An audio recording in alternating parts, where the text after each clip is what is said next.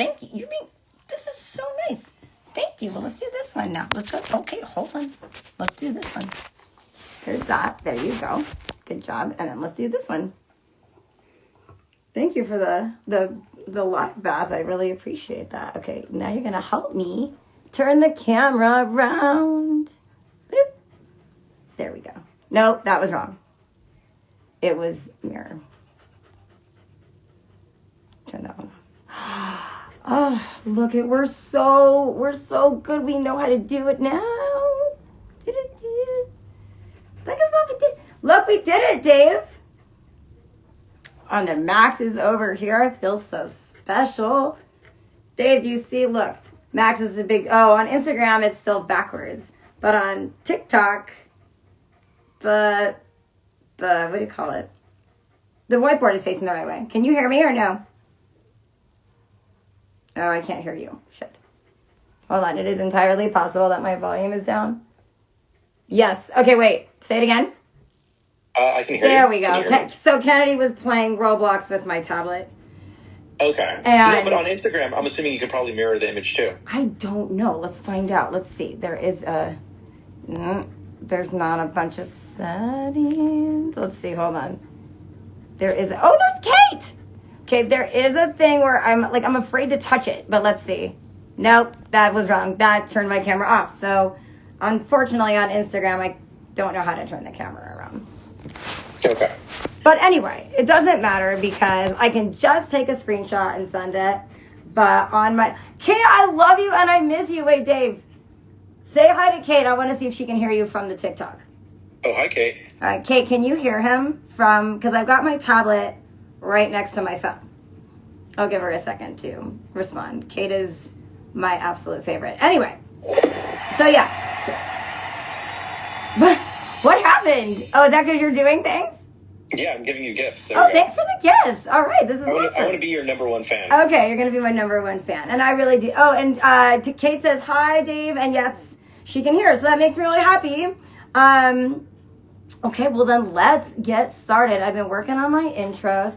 But before I introduce myself and the lovely Dave Padilla, I wanted to point out, since, I can replay all of these, I put the Instagram for MILF Hotline link on here because we need more followers there and on the YouTube for the replays. And here's why.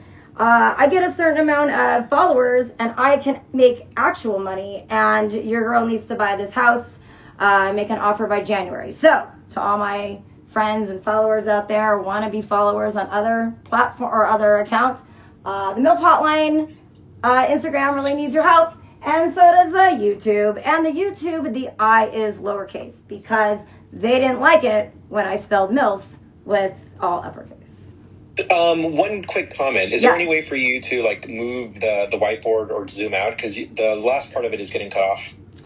The green part?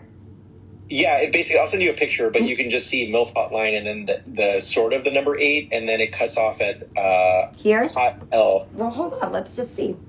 Yeah. Sorry that everyone had to see my butt for a second. So do you want me to move it this way? We'll move it towards the seat, but I think you might have to move the seat off camera a little bit. Yeah, hold on. Move that. Move the whiteboard a little bit more. Hold on. There we go. Okay. All right, move it back towards you. A little bit. There you go. That's good? Yep. Oh, fantastic. Okay. Kate's, So, Kate, I can't figure out how to flip the whiteboard on Instagram. Dave only just learned how to help me flip it on TikTok, but I don't know how to flip it on Insta. So if you know, I would love that. Okay, let me just, one more thing. I'm in booty shorts, guys, because I thought, with my AC cranked up today, that it would be cooler in my office. And it's not. It's still really hot up here. And the AC keeps kicking on and off. So, sorry if you're seeing a lot of leg, but also not sorry because my legs are awesome. Okay, let me say hi to some of my people that just joined in. I really appreciate everyone being here because I'm super excited about this episode. We're going to talk about why do we care so much about our family's approvals, and when does that approval and needing it so badly cost you your mental health. So we're going to go and kick right in. I'm Jennifer Dallas, the host of MILF Hotline, the 818's most favorite live stream show. Today co-hosting and being my support is the lovely Dave Padilla in Los Angeles, California. How are you doing today, Dave? No, I'm doing all right. It's not too hot in here because of the air conditioning. Dave lives on the west side, so if any of you are not in LA, he's closer to the beach, and he doesn't need to always run his AC. So, anyway, we love you, Dave, and I'm really jealous of the fact that you can set yours to 72. And if I try to set my AC to 72, you guys, my house would explode. It's not because it's the unit's bad. It's because I have a big house, and to try and cool it down to 72 would just keep it going nonstop like a locomotive. So your house would explode. My house would explode, yeah. You know, like I said, the house is in great shape. It's just not normal. But if anything, the DWP would explode, as would my bill. So, before I jump into our topic, I wanted to say I got so much amazing feedback from last week's episode about not being sorry. And our guy, Austin Whitlock, who, Dave, you met.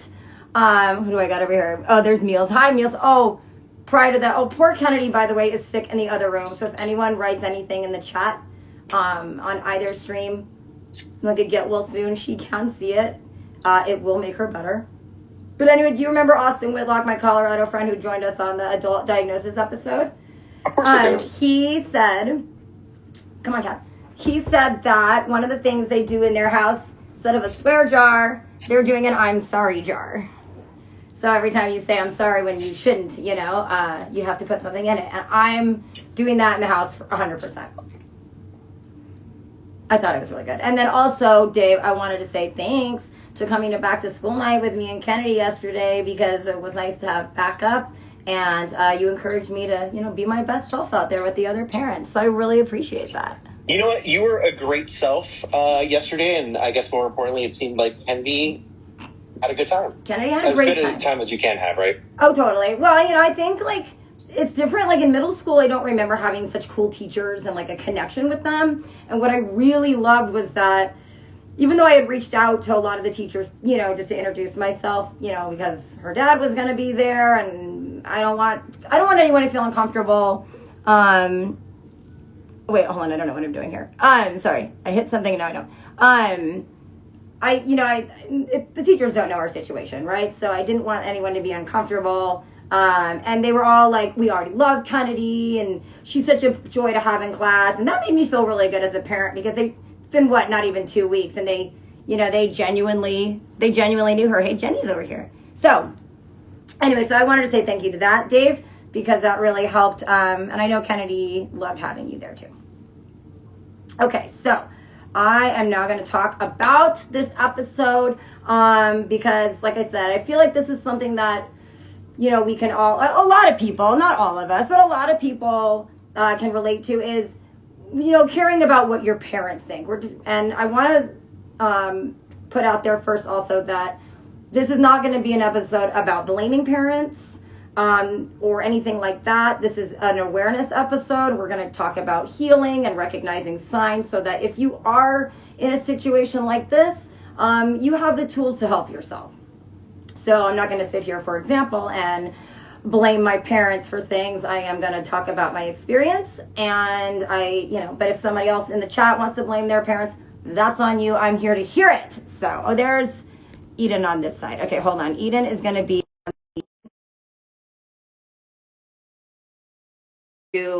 co-host. So I'm just going to let her get in here. Okay, so let me go over here.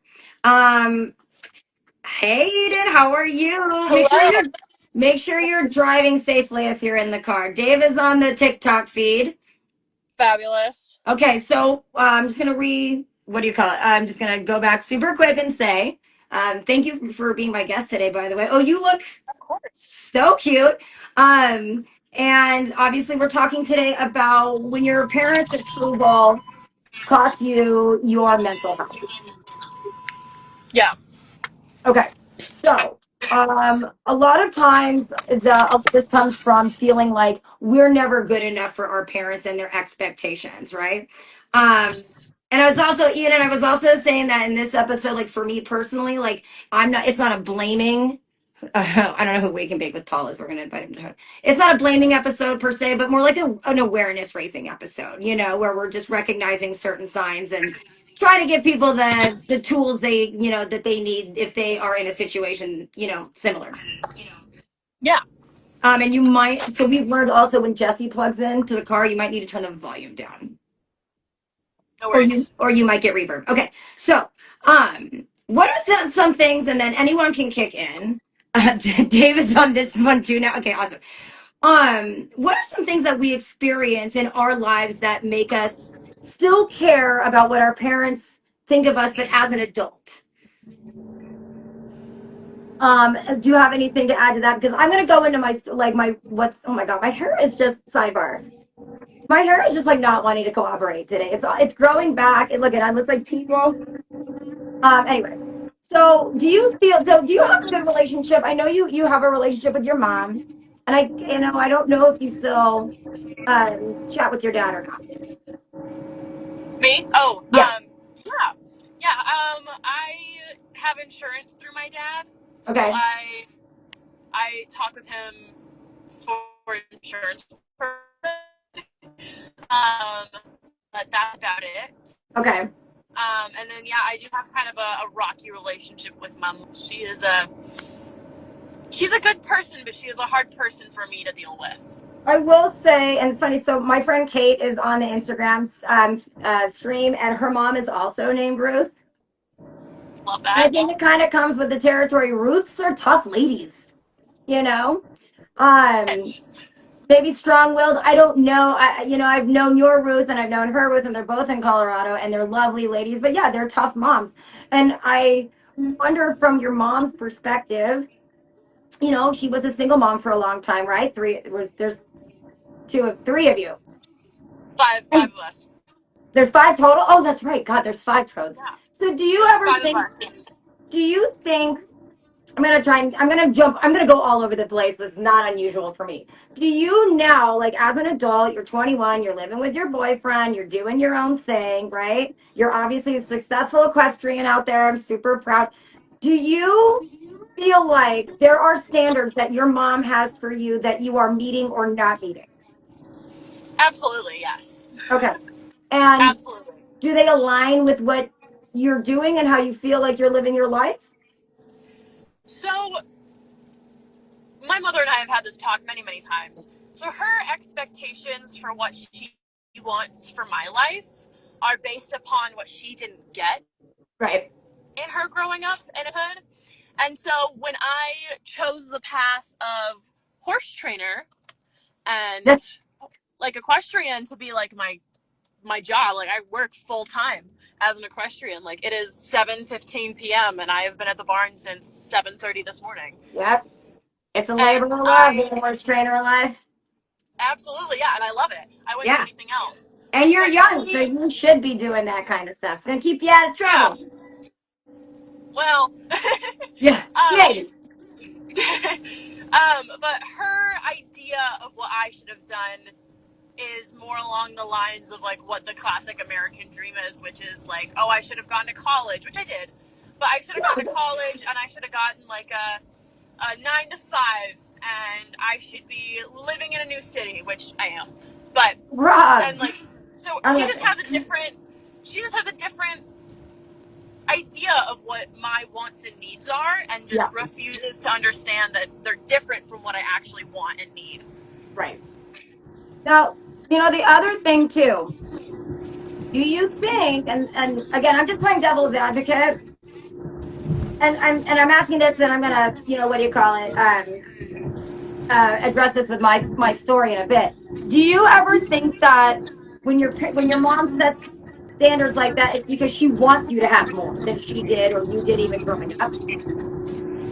I think definitely. I think it's because she wants me to have the most successful, happiest life, and that her idea of success and happiness are those things. Yeah. Of like going to college and finishing college, because I went to community college. Yeah, and, like finishing college and doing all the things that she never got to do, because like she got married at 19 Right. and never finished college. And like, yes, she has her own business and she's one of the best in the country at Yeah. what she does. And she Ruth like is, teaches I, everywhere. She's amazing. I She's a love her. wonderful Ruth is a entrepreneur. hero. She's fantastic.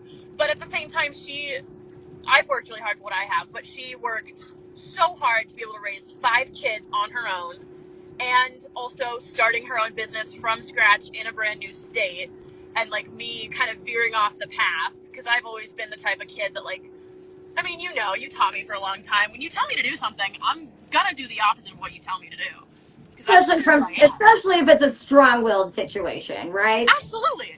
I know what's It's best like, for me. don't you dare date that guy. He's gonna be no good. And it's like, not only did I date that guy, I married that guy and I had a kid with him. Well, I haven't gotten that far yet, so. But yeah, well, and I will say there are consequences to some actions. Absolutely. But you know what? You live and you learn. I And will the best say, way that I learn is by doing. Which, I mean, yeah, you were my trainer for a long time, for years. yeah, You know that the best way that I learned was by showing me. this is true. And I would say, like, our relationship went so far past trainer. It's you always are as a trainer, as a horse professional. You're always like, you don't want to get too close to your clients, your assistants, whatever. But I've always, viewed you as family. You are family, and if there's anyone that's going to be successful in that horse field, it is going to be you. And there are some extents where it's like you are at the age, right? Just like I love you too, Allison, as she's on the Insta feed. You are at that age where you're allowed to make those mistakes, and I will touch down more on my parenting views on this topic in just a second because there's a little bit of don't parent how you were parenting kind of a thing. So I want to share my experience in my story this week. It was a little traumatic. I'm going to make it super brief, right? But my parents and I have always had, my mom and I have been close. My dad and I have always had kind of not a lovey-dovey kind of a relationship, right? He's always been very tough. He's been gruff. Did he work hard and provide for our family? Absolutely. Did we get to go on vacations? Absolutely. But I feared him. I can't speak to my sister, right? She's got her own thing with them. But I was always kind of afraid of my dad. And recently I've wanted to retain an attorney for my custody battle in court with my ex-husband. And I did ask my parents to help me. And it went so far off the rails. It wasn't even about the money. But the argument that I had with my father and the things that he said were so unforgivable and hurtful. And I'm sitting there going, I am finally done. I don't need this from him, right? You don't need it from anybody, but I'm really done hearing about it. I'm 45 years old. I want my parents to think I'm good enough. And to be honest with everyone, I know they think I have a hard work ethic, but I don't think that I live the life that they would have wanted for me, right? And maybe it's because everything I do is risky and Apollonia and hard, and I don't make as much money, and I've got a kid and I've got to provide. And I think for them, it's like what you were saying. Your mom wanted you to have a life where you don't have to struggle. And the way I look at it is, what's the fun in that? I don't want to struggle, but I want to live my life, So we had a horrible blowout. Unfortunately, for right now, it ended with me blocking my parents for now. And when I do something, I really do it. They are blocked on social media. They are blocked on my phone. And I don't think that it's going to be a permanent thing. But if I didn't have to talk to them for the near future, it would be okay because I finally feel free from these horrible things that they're always saying, right? That I feel like it's taken me a long time to be like, I'm not good enough for them. And now I think I'm great. It's their loss, honestly, if they think that I'm not doing well. So, or they're unhappy, or they think I'm not a great mom or whatever. And so anyway, I know I'm really strong. I was really proud. Also, I was at Dave's house when it happened, so I wasn't going to sit there and just start sobbing. I was like, this is a great situation for me to like practice being stoic. I did talk about it a little bit, right? But at the same time, I was like, I'm an adult and I'm a parent. I wouldn't talk to my kid like that. And no, he shouldn't, and they shouldn't talk to me like that. I just want to quickly shout out Ben Ramos, who's in the chat, who has literally the most wonderful mother on the planet Earth. And I Ben have Ramos? adopted her as my own mother. And she is like just the most, her name is also Jennifer. And Wait. she is just like the most wonderful person ever. Can you remind me, why does that name sound so familiar? So Ben is the kid, the little boy that rode at BEC. Oh my God, yes! Yeah, and he rode with me all of last year. And now he, hopefully, I haven't talked to him in a couple days, but I think he is moving on to a new barn and finding hopefully a place that's pretty drama-free. Well, listen, I'm going to just shout out to you real quick because, you know, we like to riz people up on this show. I taught Eden everything I know, and that's a lot, and that girl has gone even further. So you're not going to get too great. You're not going to get too great without Eden in your corner.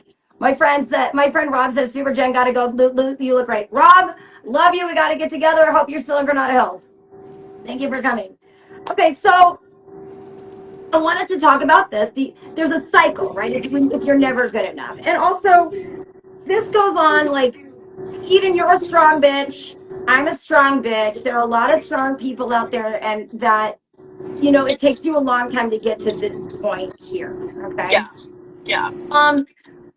How, like, when your parents' expectations feel impossible to meet, I want to talk about what are some basic expectations, right, versus some extreme expectations. And if anyone has anything to add, please throw them in the chat, or even obviously pop in, because my vision is a little crap, and I'm trying to see on the TikTok side, and I'm like this, and I also don't have Kennedy to mod. She's sick in the other room. So I would say, in my opinion, some basic expectations are like, keep your grades at a B level, right? Try to keep your room clean. Have responsible, protected sex. You know, I mean, these are all things that you need to have conversations with. Like, don't be a racist. And there's some other expectations that can be like, you must play for the varsity team, right? Or it's Ivy League or nothing. Or if you don't become a doctor and marry this person, I will disown you.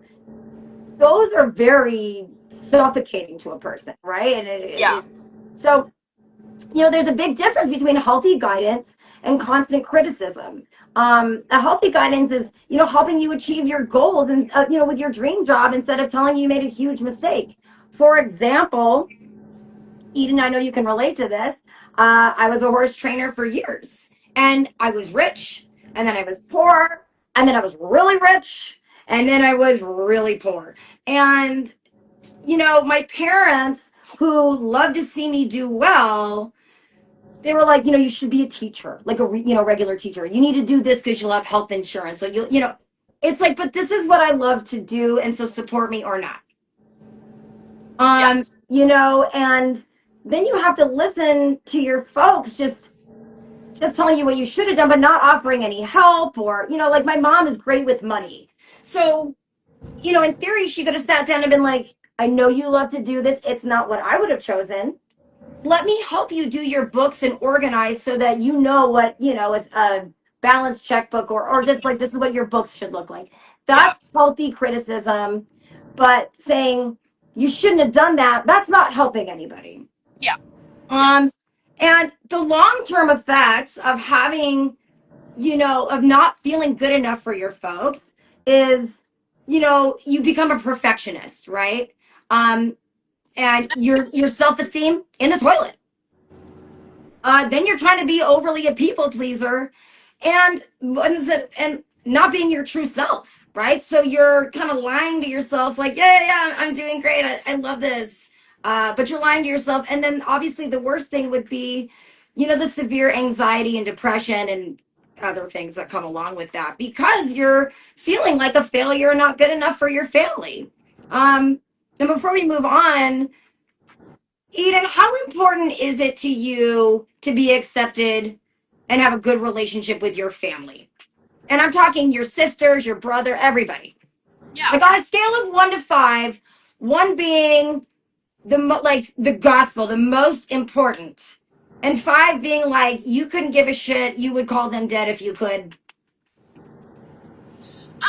Mine would probably be closer to like a 3.5, 4 then, because yes, I do love my family, and we had a big falling out, a very, very big falling out.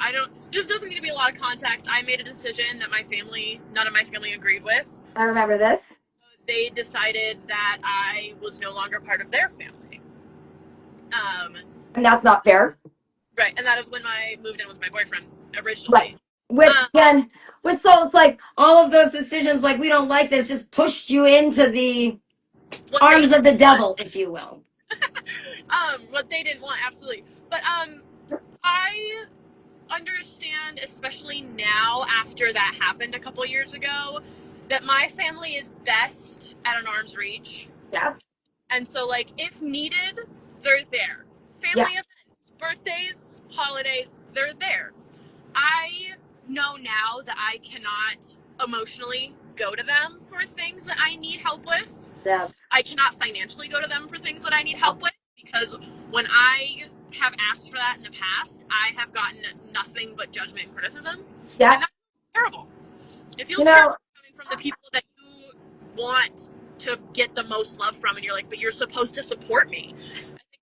I have so much to say on that too, because my dad the other day, and we were having this blowout, which and you'd be very proud of me, Eden, because the Jen you remember 2 years ago would have been like, put your dukes up, all the F-bombs, so much like, if we're doing this, let's do this, right? The throw the, what do you call it, like the Molotov cocktail on the bridge, it's done. I really was in that moment like, this is stupid. You don't have to defend yourself, right? And one of his things that he had said, which I thought was hilarious, and you're going to laugh, and anybody else on here that knows me is going to laugh. You shouldn't be going to Coachella.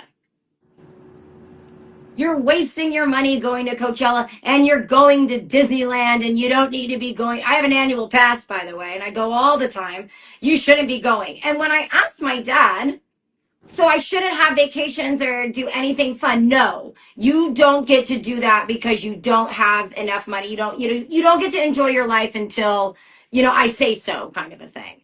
And you're just like, so I should just sit here and do what you want me to do, which is just have no fun. Well, you're on the other side of the country. Taking a 3-week tour of the, what do you call it, of the East Coast with another family and their kids. Yeah, Allison's like, no, that ain't happening. What am I supposed to do? Like, not enjoy my life at all and be stuck in a box, just raising my kid. And then my daughter sees me just being like, I'm sorry, we can't have a good time. We can't do anything exciting because your grandpa says no. All work and no play makes Jen a dull girl. That's it. And you know what? I've been to the Stanley Hotel, and it could get really nasty there, right? So, for Stanley Hotel, like Shining, no, okay. But yeah, that's what I'm saying too. Is like, if you, and I can't speak to everyone's financial situation. I can tell you that I am not always the most financially well off, but I do want to enjoy my life. If I was just stuck at home, you know what I mean? Or whatever, just working, no play of any kind. My daughter wouldn't like that for me, and I'd be a real angry bitch. Like, no fun at all. Yeah. So, I like what you said there, Eden, about like, you can't go to them for money and you can't go to them for emotional shit, because you know what? You will get shot down. And you do know, like, what you're getting involved in. Yeah. And I've learned, because I've been there and I've asked, and I have been judged and put down, and to the point where I have literally looked my sister dead in the face, having a conversation, and went, you are supposed to be supporting me. Right. You are supposed to be on my side. Yeah.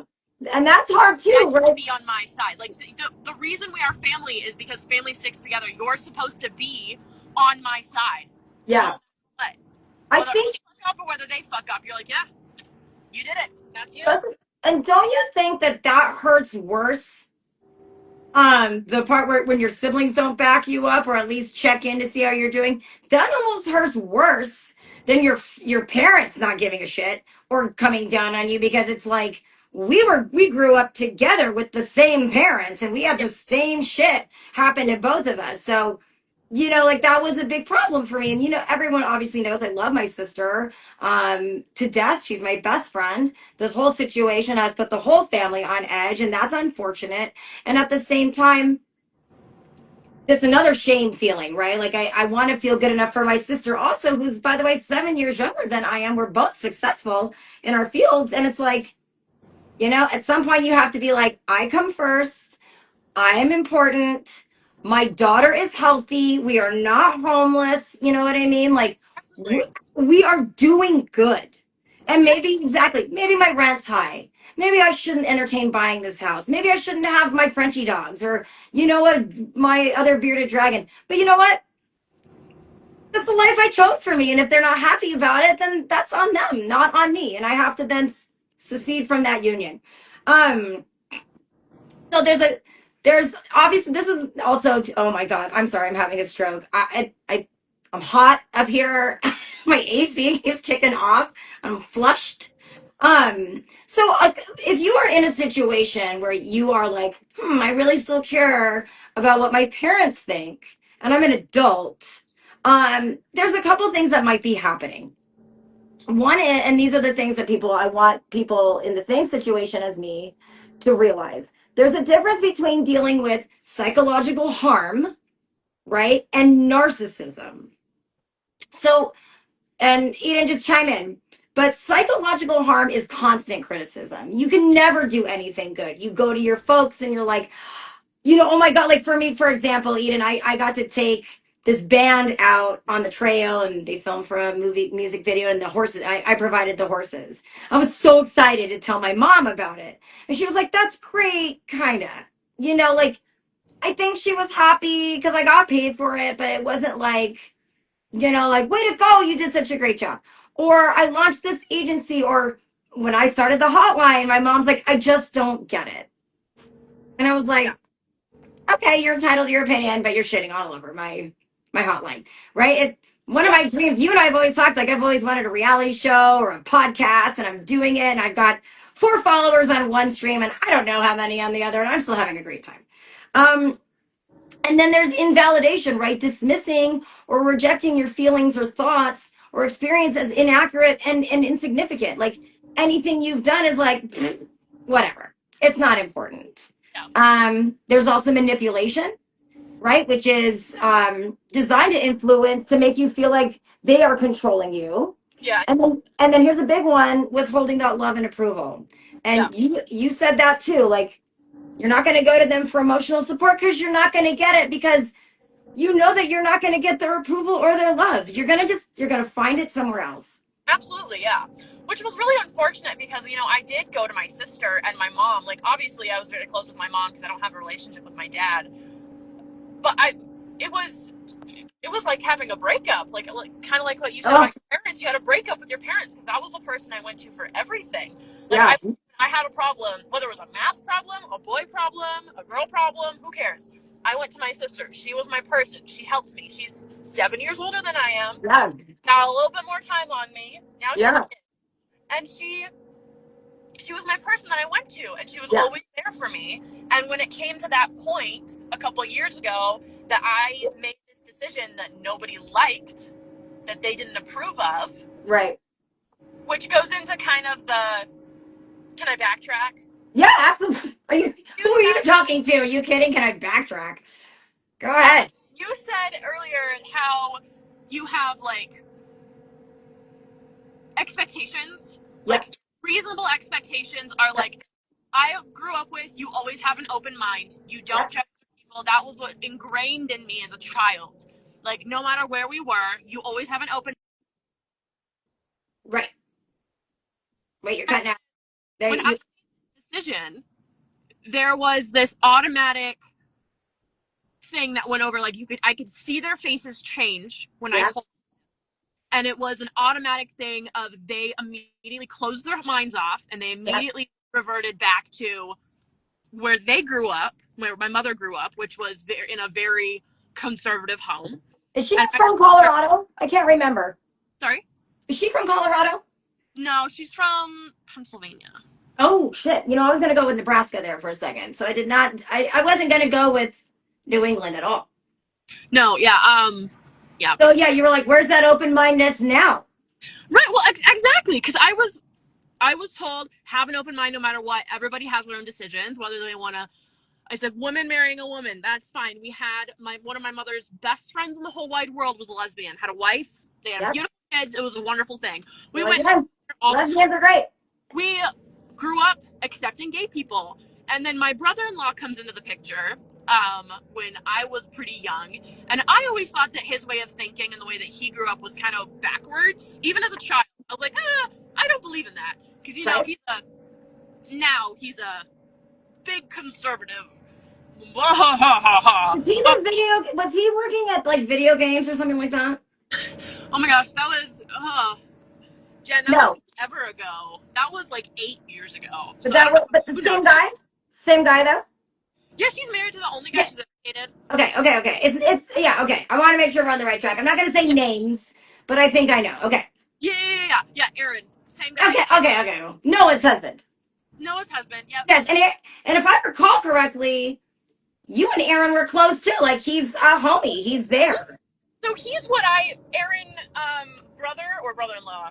Yeah, that's right. Because I'd be like, Yeah. and he kind of helped be a big, like a not father figure, but like a male role model in the family. He was kind of my only adult male role model. Yeah. That was like older than me, other than my grandpa, since I lived with my grandpa. That's right. And my grandpa's like the most wonderful person on the planet Earth, and there's nothing wrong ever about him. He's Right. fantastic. And my brother, so Aaron, my brother, we were raised like twins since he was kind of behind, and you know that I was kind of ahead with everything. Right. And I'm speeding. That's a cop. And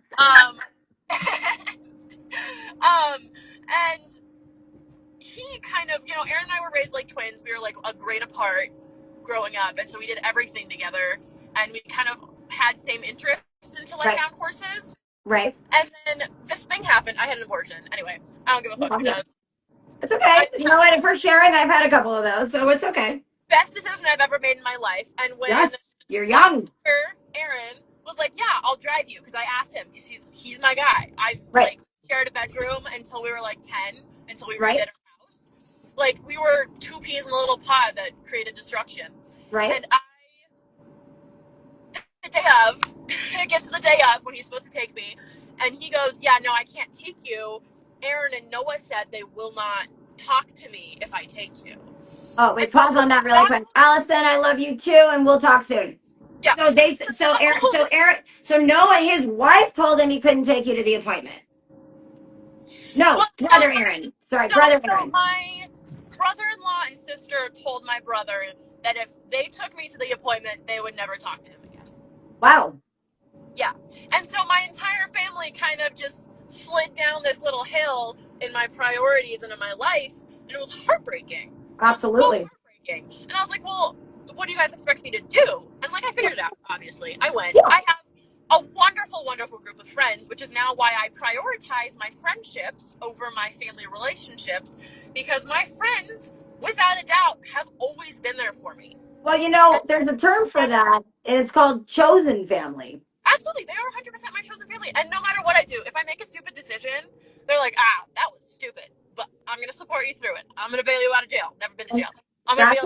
And that's a good friend there, too. A good friend's going to tell you the truth and then... But they're going to support you. Yeah, I mean, you're not going to be like, listen, I'm going to go down and, inject some no-no powder into my veins, and I think I need you guys to be on my side. I'd be like, listen, I'm going to have you committed. I love you. Not sorry. That's different. That's a self-destructive. This is a life choice that, but quite frankly, people fight all over the place to be able to have the right to do it. And what were they going to do? Raise it and pay for you? I mean, we're digressing, but still, I'm an advocate for you being able to make your own decisions. And by you, I mean anyone. Everyone should be able to make their own decisions. And whether you want to do mostly anything, I think limit and align. Right. As long as you are not, this is what we learned in school, Jen, as long as you're not hurting yourself or hurting other people, I will support you. Totally. Yeah. So now, since that, that event, I know you've said that you and your mom are now talking. We are, yeah. And what about Noah? You guys are okay, or? I have this, I call it a professional relationship Yeah. with my sister and my mom. Yeah. So I have to talk to them like I'm in a work meeting. Yeah. I have And to you go know, to them, and I have to talk to them, even if it's about like anything, and I have to be like, well, you know, this and this and this happened, but this is what I'm doing about it, and this is what I'm doing, and blah blah blah. Because if I come at them and I'm like, oh, I'm, you know, we're going into the fall, that means that I'm making less money with horses because I've been oh, over. I don't miss You know those that very days. well. I don't miss those days at all. Wait, pause. Jesse's joining us on the TikTok stream. What's up, Jesse? We're gonna get to you in a second, but I'm glad you're here. And Eden, you're right. Like it's gonna work for you for now. Like I can't tell you that it will or won't work forever, right? It's gonna work for now.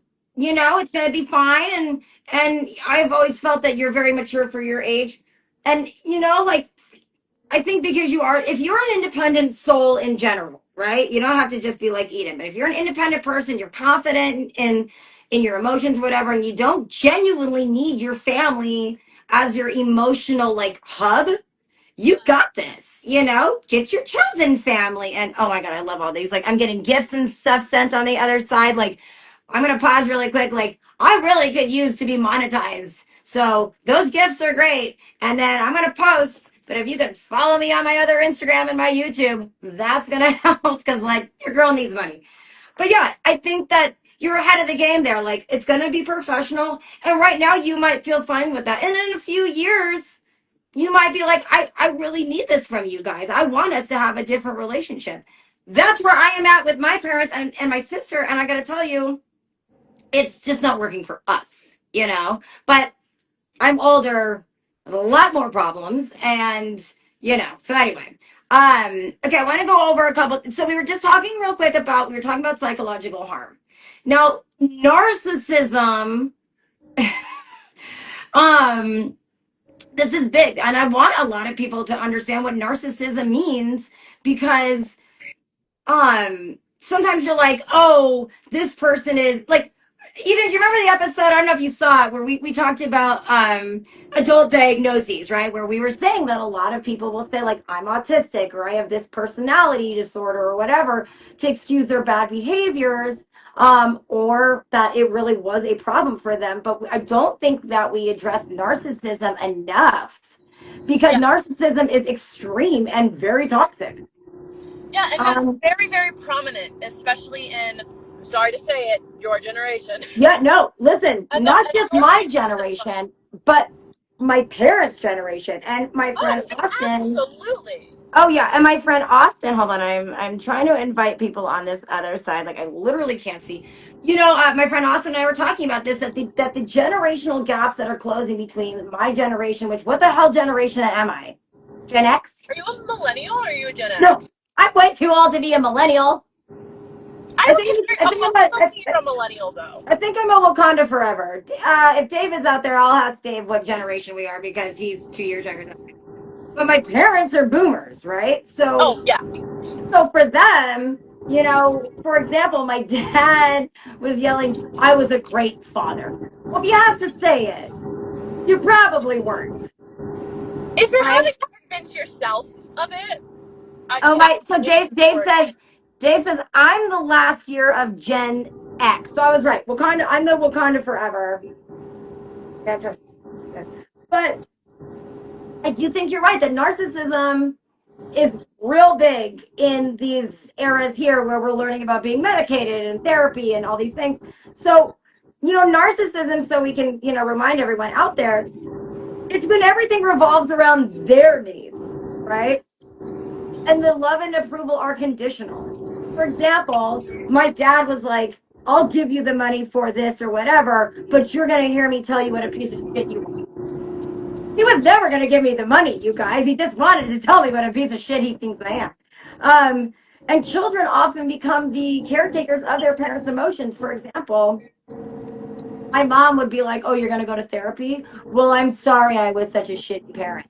And then all of a sudden, us as kids, adult kids, are like, no, you weren't bad, you know, and we have to protect their feelings because now our feelings are meaningless. And that's narcissism, you know, to a core. And where psychological harm and narcissism will overlap is Both are toxic and both will destroy your self-esteem. Yeah. Period. And your self-image as well. And yeah, yourself, like, you can't feel like you can be yourself. Like, look at me, you know, with my like bisexual looking haircut. You know, some people are like, what the hell are you doing with your hair? I like it. You know, it's short, it's easy, it goes good under a hat. You know, my boyfriend doesn't hate it. But narcissism is about self-centeredness, and psychological harm can just be so much broader, right? Yeah. So let's talk about, because I know we're as soon as you pull into a driveway, I know we run out of time. If you feel like to recognize toxicity, and even again, chime in.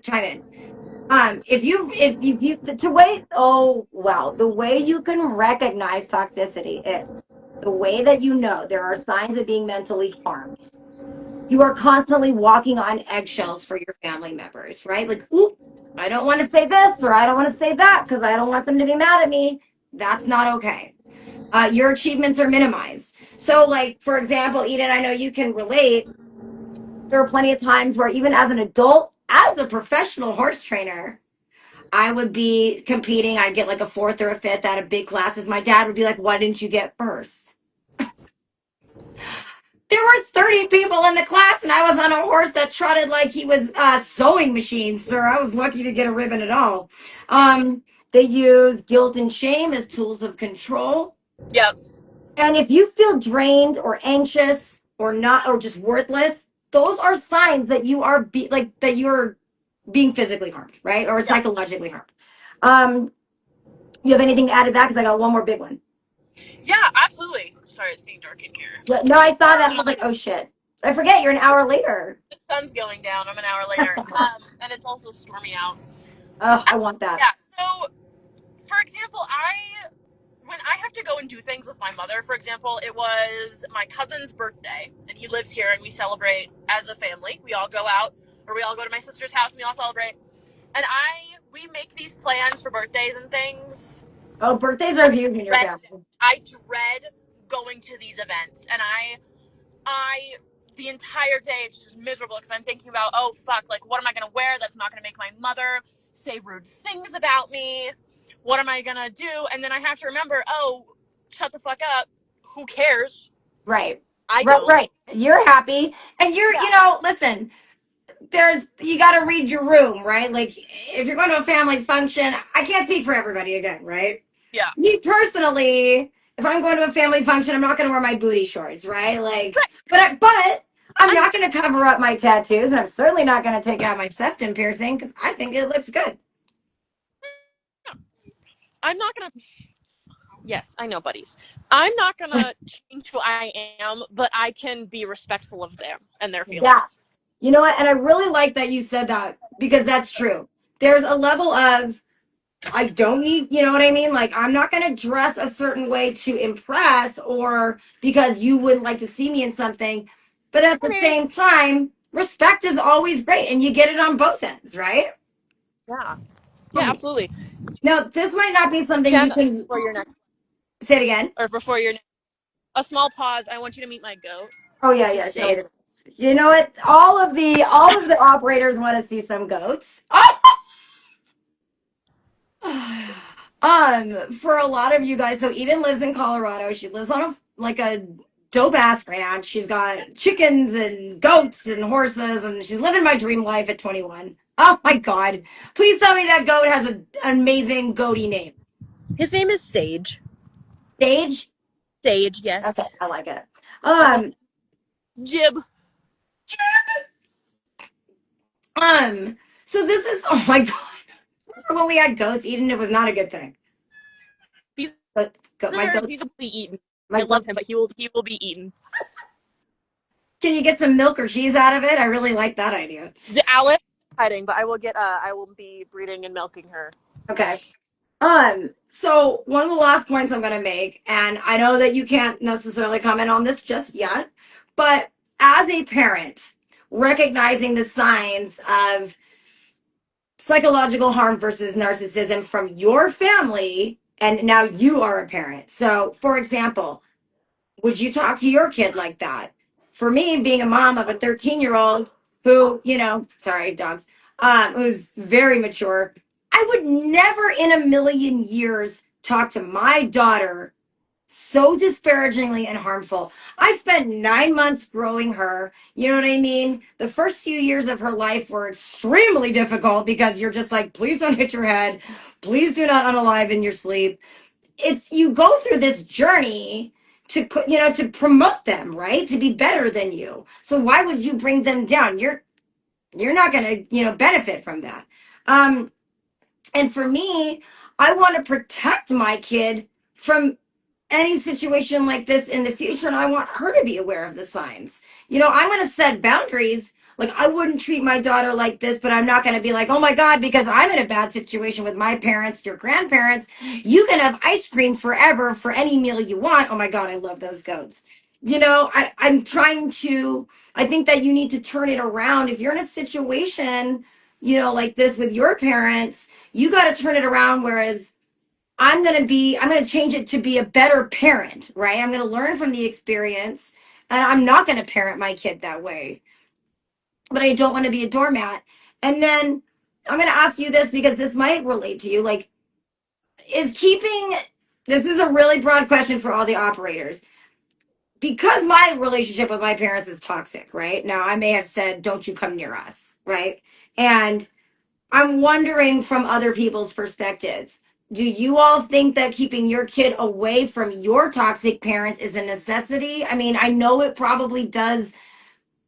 It does depend on the relationship that your parents or your family have with your kid. And if it's healthy, fine. But, do you think that, oh my God, I love those ghosts. Do you think that you should protect your kid by keeping them away from your parents? Or do you think that you've got to let your kids and their relationship with your parents unfold on their own? Or is there an age limit, do you think? Oh, I can't hear you. No, Eden is gone. So, Jesse, are you there? Eden will come back. I'm going to say, well, I don't have a host right this second. Oh, Jesse, are you there? Hello. Hey, I can hear you. Oh, Dave's there too. I'm going to ask you both a really important question. And I know. But, Because I'm with my mom right now. She's right next to me. oh my God, Michelle, how are you? Hi. Nice to hear from you. I don't know how old Jesse thinks I am. Listen, to me, you are not, there's no age. I have heard so much about you. You have a wonderful son. I'm also very obsessed with Julie. Oh. So, anyway. So, Lisa told me she talks to you too. Oh my God, and I love Lisa. I know, I feel like about Lisa. And I haven't met her, but I'm so honored to be, a part of this, like, Tassa's family. So if you guys, I'm trying to get some weigh in on this. Like, do you think, like, if you had a toxic relationship with your parents, what's the right answer as far as your kids having a relationship with those parents? We're talking about, like, if you were mad, let's say you were fighting with Evo and Mikey, and we were, like, around them, would you be toxic towards, like, us, saying, oh, don't hang out with Evo and Mikey? No, I wouldn't. No, I wouldn't say anything. Wait, If they're good to the kids, I'm good. Wait, Mikey, you call your dad Mikey? I love this so much. Yeah, and I think, saying, like, I like that you said that too, because my dad did not have a great relationship with his parents when we were growing up. Right or wrong, I don't know. I'll never know who's right or wrong. But my dad was very hard on me and my sister in saying we shouldn't see them. They were terrible to him. And that made us uncomfortable because we're Jewish and we did a lot of Jewish holidays with them. And I loved my grandparents. My grandfather was tough, but I didn't, I loved him. And my grandmother, by the way, is turning 98 in December. Oh my gosh. I know. Again, Jewish grandma. She's killing it.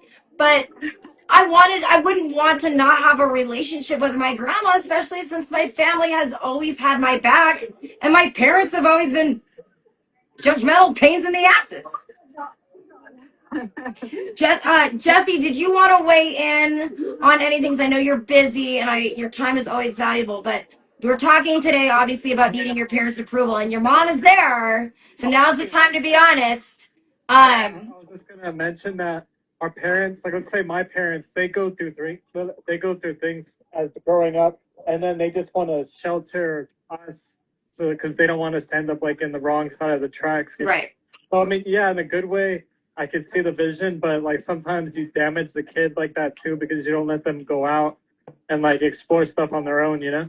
Yeah, So and it's like 50-50. well, and so like Michelle, were you young when you got married? You don't have to like give an exact age, but I'm gonna look at Tiffany. Well, I'm handing the phone to my mom. I'm gonna check on Tiffany. I know what. yeah, we want to talk to Michelle. We hear from you every week, Jesse. We're at Goldberger right now, and Tiffany's medicated. Oh my God, because it's the opening? You want something at Goldberger? You know I do. He knows I do too. Phoebe's. So when you got married to your husband, were you younger or like for example, my parents were 20 and 21 when they got married. Oh, I was 20, and then Jesse's dad was 28. Okay. Oh wow. So an age gap too. Yeah. And I think that so okay, my poor kid, my daughter's here, she's so not feeling good. So I don't know if you can see me, but like I'm covered in tattoos. I have piercings, not a lot. And my parents hated it. And I was older than Jesse when I got these things, right? But Uh-huh. my mother was so disappointed. And it wasn't even from the vein of it's a prison situation. They just thought it was unbecoming and I wasn't going to get a good job and I wasn't going to look professional. They had no faith in that, right? They also, above all, they thought it was a waste of money. Oh, So now, from your perspective, and I've met Julie, I haven't met Michael, and I don't know if they're all as tattooed as Jesse, but from a parent's perspective, were you disappointed that he was so tattooed and did you learn to love it? Or were you just like, this is my son and I love him unconditionally. He can do no No, wrong. I was actually good with it because it's not like gang related Right. tattoos or bad tattoos or whatever. So I was fine with it. Yeah. But and then Jesse's dad has tattoos also, but then he was the one that kept telling Jesse not to get them. Yeah. You're gonna regret it. And then he has them, but he doesn't Yes. show them off. Yes, thank you. So his tattoos are a bit more of a negative connotation. Jesse's got all these very faithful, beautiful tattoos. He's got his grandmother's name on him. I got a portrait of my mom. You what? Or a portrait. I have a portrait of my mom. Yeah, but ask Jesse where the portrait is. Where is that portrait, Jesse? I haven't seen the portrait of your mom. I ran out of room. I couldn't find the place. Please don't tell me it's on your butt. No, not yet. Oh, you're doing a portrait. No, I have it already, but I ran out of room, so I told my artist, I was like, dude, I have no more room. It's under my armpit. Oh, no. Well, Michelle, if I can tell you anything, if it's any consolation, under the armpit really hurts. So, really hurts. So, trust me, he was in a lot of pain the whole time you were getting your face there. Poor Jesse. I'm good though, but I don't want him to get any on his face. No, we talked about it. Trust me, I've got your back on that one. He does the little sticker tattoos. I'm the same way. I don't like the face tattoos. I love Post Malone, but no face tattoos. Something's got to be preserved, you know? Yeah. What about gabapentin? Which one? Gabapentin. What about gabapentin? That is a medication. I'm just kidding. No, you're... For Tiffany. Well, yeah, for Tiffany, that's a whole other conversation we're going to have. So, okay, I'm going to finish up. And I want the Costas family to be here for this. I want to say that, Jesse, from what I know about you too is, I know you were saying something like as the black sheep of your family. And I can't even imagine a situation, because I know you guys are all really tight, being a black sheep maybe physically, but I don't know anyone that busts their butt harder than Jesse. And also when I took his dog to the vet last week and they were like, you're going to have to spend X amount of dollars on medication. Jesse didn't blink an eye. He just pawned off the money. He did what was right because he had it, because he's safe, because he's responsible. And if he was my kid, I'd be super proud. Oh, yeah. And also, when I told him how very legally blind I am, and we were talking about contacts, and he started asking me about my pupillatory distance, I was so impressed, Michelle, because I was like, how do you know all these things? So, if anything, he's a prime, like a shining example of you could be covered in tattoos and look unconventional, but you could be very smart. And he is such an old soul and very supportive, and we're so blessed to have him as part of our family. So I want to say thank you. Oh, thank you. Thanks for being nice to him and taking care of Tiffany and all that. Well, we talked earlier about there's your real family and there's your chosen family, and I really do feel like Jesse has become part of our chosen family. We really appreciate him. Nice. So I want to wrap it up by saying, if you are in this situation, everyone, where you're trying to get your parents' approval and they just won't give it to you, you've got other options. Acknowledgement is the first step. If you don't have a therapist, you know what I mean, and you think that your family won't understand, and you don't have anyone close to you, like a Jen Dallas or a Dave Padilla or a Jesse Casas that you can talk to, find a therapist. Set boundaries, but you come first always. And unless you're doing something super destructive, I say YOLO, get it. You know what I mean? Go get that dream job. Don't put up with any bullshit. We don't support that here. Your worth is not defined by your parents' approval. If you're lucky enough to have someone like Jesse or Dave, my friend Kate in Colorado, family that loves you and supports you no matter what, you're very blessed, and don't take that for granted. But if you don't have that, you do have friends out there that will support you. And you've got me, MILF Hotline, and all the operators. I want to say thank you so much to everybody for being here for this extremely long episode. Dave, I love you. I'll call you after. Kennedy's in the other room. I want to say I love her so much. Everything I do is for her. And Jesse and Michelle and Julie and Crow and Lisa Casas. I'm sure that's not her last name anymore. Thank you so much for being the best part of my day. I love you all. I'll see you next week. Bye. Bye. Bye.